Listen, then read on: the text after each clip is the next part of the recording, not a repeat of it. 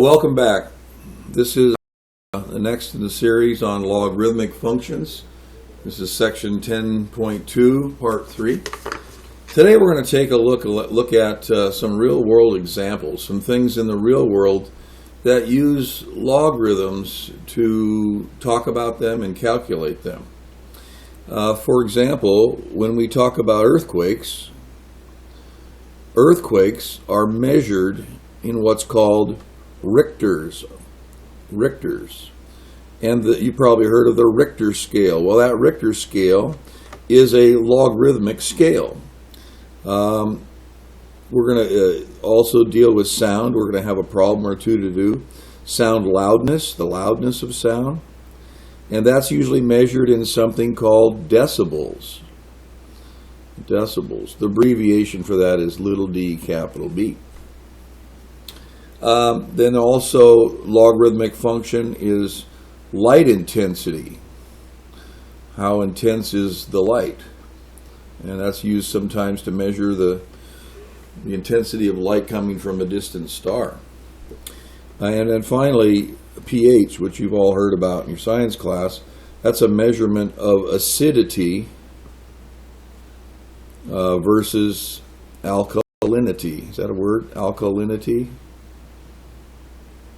Acidity, things that are very acid are all the way to 0. Alkaline, the max would be 14, and 7 is neutral, kind of in the middle.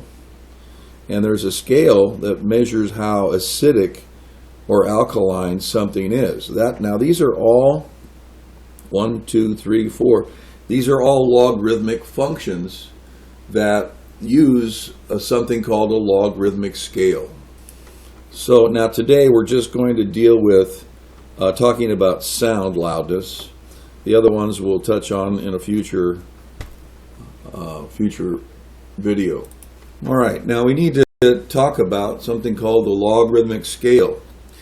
And it must be mentioned that this is different than the scales that we're used to measuring with most of the time. See, most of the time we use like rulers or thermometers or scales of that kind, where the scale is kind of a linear scale. What does that mean? Well, if you look at the ruler that you use or the thermometer or anything like that, each of the marks on the ruler that are evenly spaced represent an increase of 1. You're adding 1 each time, adding 1, and so forth, just like a linear equation. We could call these linear scales because they're all adding. And then, of course, if you go down, you're also subtracting 1 each time. Now, these rulers are common rulers that we use. Any kind, thermometers. I spelled thermometers wrong there, didn't I? Thermometer. There it is. Thermometers. And these rulers are typically used in those situations. Now, how does that differ from a logarithmic? Well, a logarithmic scale is designed so that instead of starting at 0, it really starts at 1. And it goes up, each mark on it goes up by multiplying by 10. Multiply by 10, multiply by 10 again, that makes this 100. Multiply by 10 again, makes this 1,000, and so forth. Or if we went down, we would divide by 10. So this would be like 1/10 or 1/100th as we go down. These scales are typically going by multiplying by 1/10. Now, sound actually doesn't have any numbers down here. I know that the pH scale does, but sound and some of the others, they really only go from 1 this way. Now, why do we start at 1? Well, because each of these marks that are on here are representatives of an exponent. This is actually 10 to the 0. It's the starting spot. So there's the 0 that we were looking for. 10 to the 0 is 1. 10 to the 1 is 10. 10 to the 2 is 100, and so forth, 10 to the 3. So the logarithmic scale does go by those same numbers, 0, 1, 2, 3, and so forth. But those numbers are actually exponents. They're exponents of 10. So the logarithmic scale goes by powers of 10, and the number that you see on the scale is actually the exponent of that scale. Now, why would we do that? Well, the reason that this is done is because this scale allows us to indicate or mark on here the difference between very high numbers and very low numbers, very small numbers, all on the same scale in any application. Let's show you what that means. All right, I've put up here on the video a picture from your book. This is from page 531. If you want to go to that page in your book, you can see it. And it's a video that talks about the exponential scale and sound. And the sound is being, of course, measured in decibels. If you look at the bottom here, you'll see that decibel markings are down here. 10 to the 0 has an exponent of 0.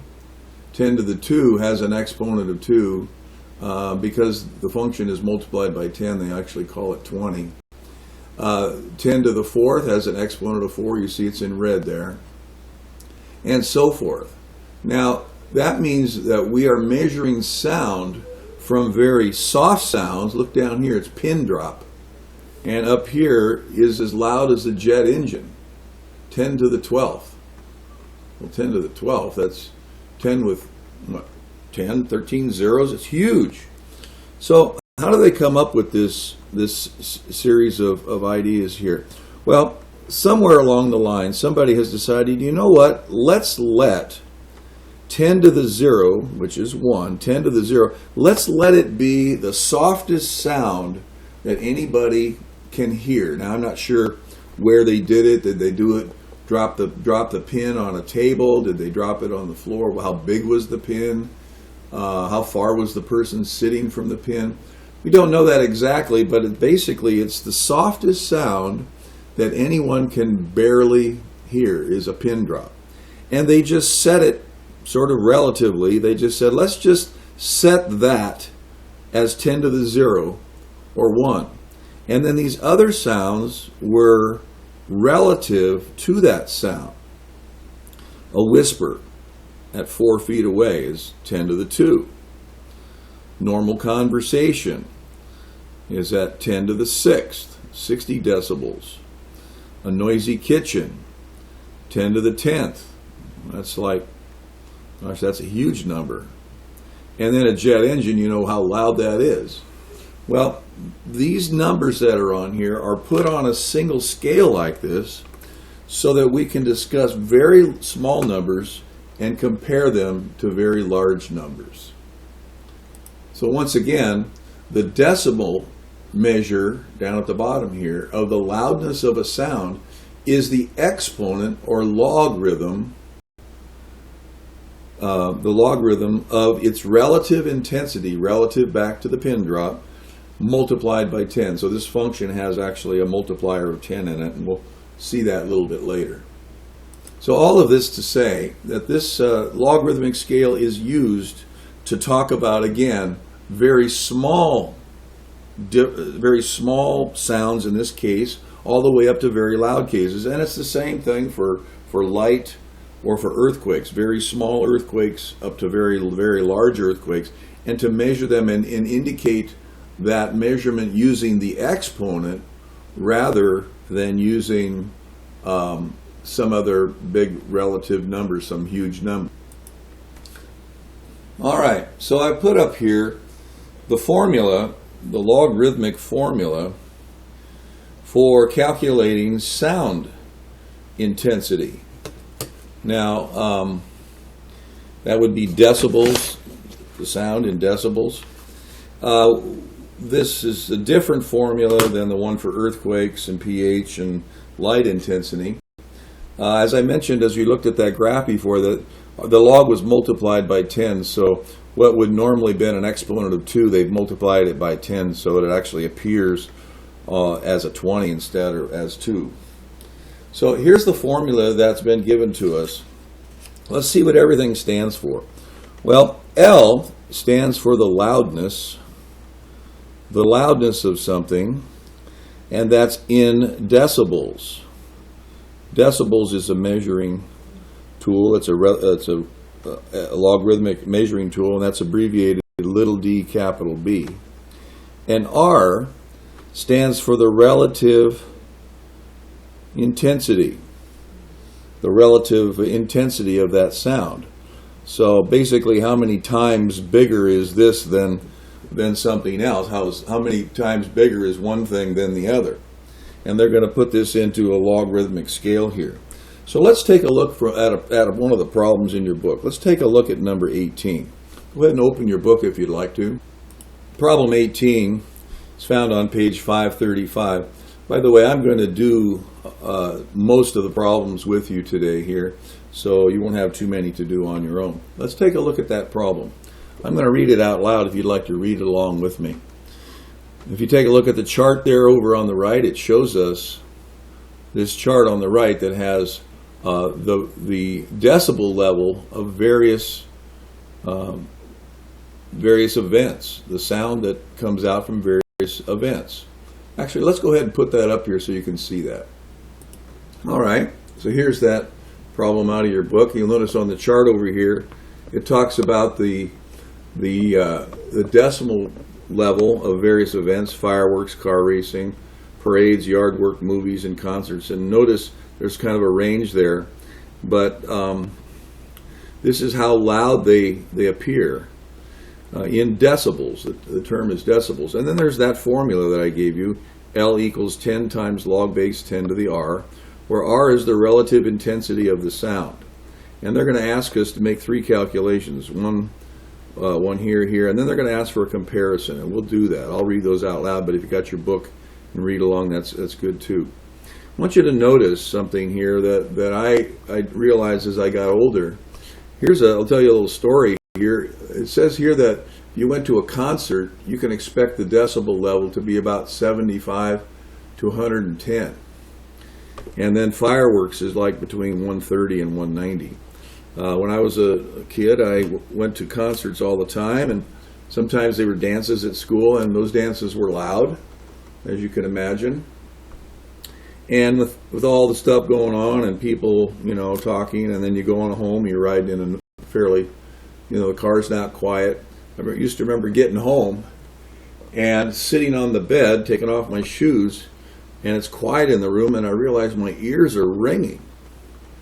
And I go, wow, that must have really been loud. It had an impact on my ears, and I'm experiencing it still, maybe to 20 minutes, half an hour later. And that will carry on. Your ears will continue to ring.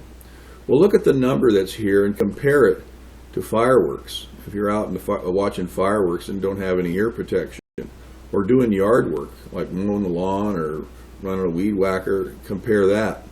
And you can see that sound sometimes, the intensity of the sound is quite dramatically, it's quite loud in several of these. Well, let's go ahead and tackle problems. All right, so here we are again. It said in the problem that we're going to solve an equation. It says the equation is 130 equals 10 log base 10 of R. And we're going to find R, the relative intensity.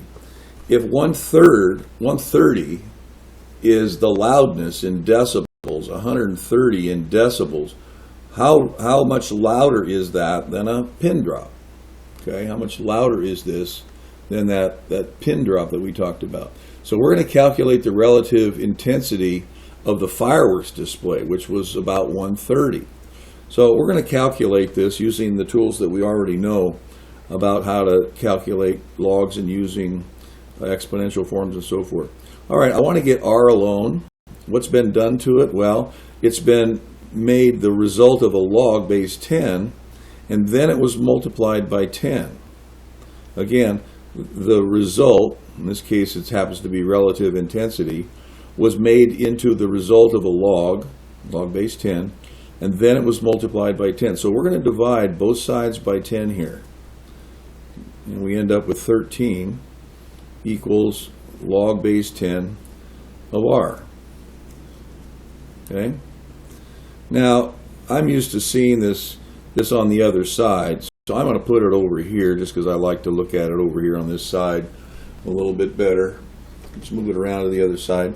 And we're going to turn this thing now into an exponential function. So we drag the result down, and then that's equal to throw the base to the other side and raise it to the 13th power.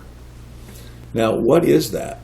Well, if you got out your calculator and put in 10 raised to the 13 power, what would you? Well, if you punch that in your calculator, particularly your scientific calculator, you're going to get something that looks like this. Well, that is simply, it's a little lower E there, that is simply exponential notation in your calculator. Well, what does that mean in terms of a number, a regular number with commas and everything? Well, 10 to the 13th power is like taking 10 or taking 1 and raising it to the 13th power. So if I go to the first power, it's this. Excuse me, to the first power would be 10, second power, third power, fourth power, fifth power, 6, 7, 8, 9, 10, 11, 12, 13. There's 13 zeros there. 10 to the first, second, third, fourth, fifth, sixth, seventh, eighth, 9, 10, 11, 12, 13. What is that? Million, billion, trillion. That's 1 trillion times, 1 trillion times more intense than a pin drop. Okay, well that doesn't mean too much. So hang on to that number. We're going to need that number again for problem 20. Let's go do problem 19. All right, here's problem 19, and this is talking about the relative intensity of a concert. Okay, about 75, the relative intensity of a concert. Well, let's solve it the same way. We want to get R alone, so we're going to divide both sides by 10. And this becomes 7.5. And we have log base 10 of R. Again, I don't like looking at it over there, so I like putting it on this side. Looks easier for me. And now we're going to drag down the relative intensity, which in our case is the result, throw the base to the other side, and that's 7.5. So what we end up with here again is 10 raised to the 7.5. And if you put that in your calculator, you're going to get the same kind of thing. You're going to get 10 e to the 7.5. Now this is problem 19. In problem 18, we had 10 to the 10 to the 13th power. This one was 10 to the 7.5 power. Problem 18 was 10 to the 13th power. Well, let's look at the question. Question number 20 says, how many times more intense is the fireworks display than the concert? In other words, find the ratios of their intensities. Well, how many more times greater is one than the other? Well, let's take 10 to the 13th and find its ratio, 10 to the 7.5. That's the ratio of the fireworks to the concert. Okay, and if we use what we know about exponents, dividing is found by subtracting the exponents if the bases are the same. So 13 minus 7.5 will be 5.5. So that is what we call how many more times intense. Well, what is that number? Well, if we were to put that number in our calculator, what do we? Well, unlike last time, I don't get an exponential number. I get an actual number in my calculator. It's a 316,228 times greater. Now, let's think about that for a minute. You go to a fireworks display, 10 to the 13th. You go to a concert, it's 10 to the 7.5. How many more times greater is the fireworks display than the concert? Well, it's 10 to the 5.5. Well, what is that? That's 316,000 times stronger. That's incredible that the fireworks are that loud compared to the concert. As you can see, we've got extremely large numbers here, and that's why we're using exponential functions to talk about this, or logarithmic functions to talk about this thing. All right. Well, let's do one more problem together. You can do some of the others on your own, but we're going to do problems 68 and 69 together, and that's found on page 537, page 537. And this is a problem about earthquakes. Now, earthquakes have a different formula, and earthquakes are measured in what's called Richters. And the formula for earthquakes is given by the formula capital M equals log base 10 of x, where M is the magnitude of the earthquake, and that is in Richters. Probably heard of the thing called the Richter scale. Did I spell that right? The Richter scale. That's in Richters. And then X stands for what's called the amplitude of the seismic wave. Amplitude of the seismic wave. Now let's talk about that for just a second here. Let's pretend that this is the ground, okay?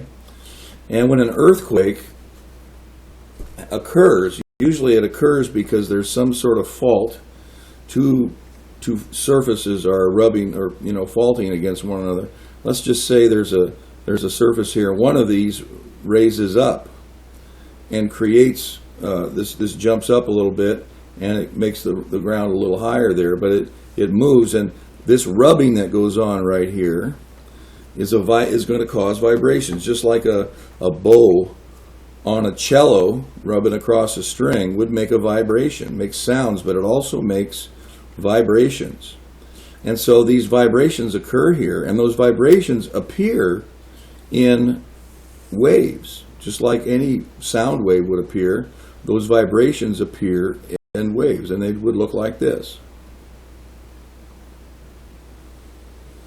So what happens is that the ground is actually waving. It's like taking a blanket and kind of like snapping it with a friend holding the other side of it, and you snap the blanket. You make that blanket kind of flop a little bit by waving it. Now, I had the pleasure of having this happen to me one time. I've been through a couple of earthquakes in my life. I went through one when I was a child, and I recently went through one, about 15 years ago, 10, 15 years ago, and I was standing in the garage. I was standing on the floor in the garage, and I kind of got a kind of funny feeling in my stomach, and I was looking straight across the garage, and I felt my body move up and then back down. I'm actually looking, and my eyes are looking out here, and I felt like I moved up and down. Well, that's exactly what happened, is I was actually riding this wave for a little bit. I was riding the wave. This is a seismic wave, and I actually felt that wave go up and down. I was looking out here. My eyes were fixed in the distance, and I saw my body go up and down a little bit. Now, earthquakes are measured with this seismic wave and what's called the amplitude. Well, the amplitude is that distance from the center. We could call this x here, the amplitude of the seismic wave. It happens to be x in both directions here. So going up is the amplitude positive, and going down would be the amplitude negative. But this measures the size of the wave that is waving across the earth. Okay, so kind of an amazing thing that goes on. We don't usually think of it as just things just shaking.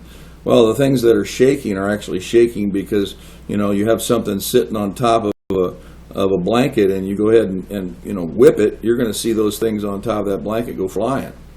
So that's what's happened here. All right, let's go ahead and calculate the answer to problem number 68. Now, if you read along with me, you'll see that this is talking about an earthquake.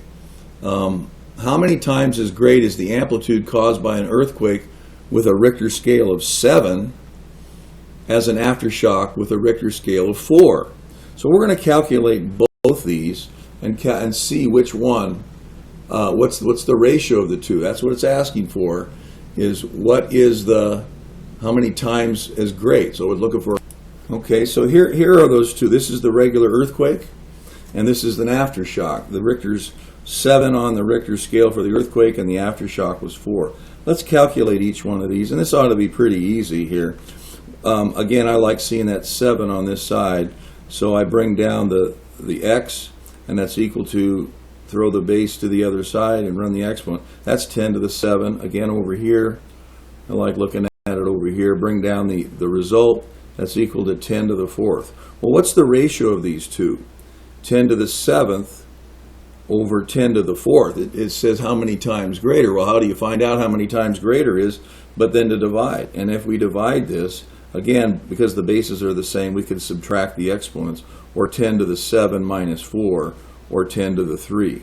And that 10 to the 3 happens to be 1,000.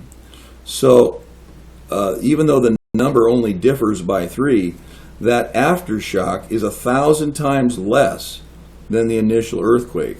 And we're talking about the amplitude of those waves. Those amplitude of the waves are much, much shorter. So let's talk about what that might mean.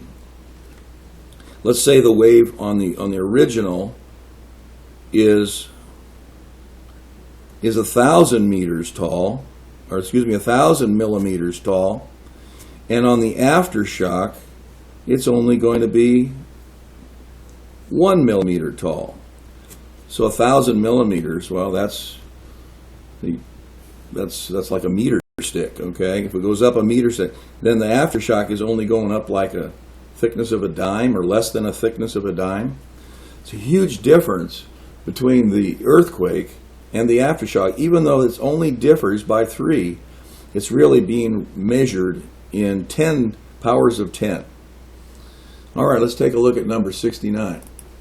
All right, in this problem, they're comparing an earthquake that occurred in San Francisco in 1906. You probably read about that earthquake. It completely destroyed the city, big fires and all the rest, and an earthquake that occurred in India in 2001. It said in the problem that the Richters in San Francisco was 8.3, and in India was 6.9. So how many times greater was the San Francisco earthquake than the India earthquake? And again, we're talking about the size of that seismic wave. So let's set this up here. Bring down the result.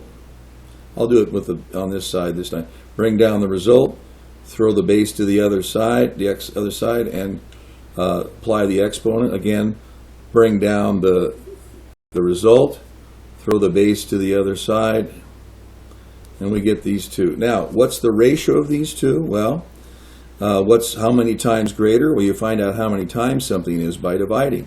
10 to the 8.3 divided by 10 to the 6.9. Well, that would be 10 to the subtract here. That's 8.3 minus 6.9, or what is that?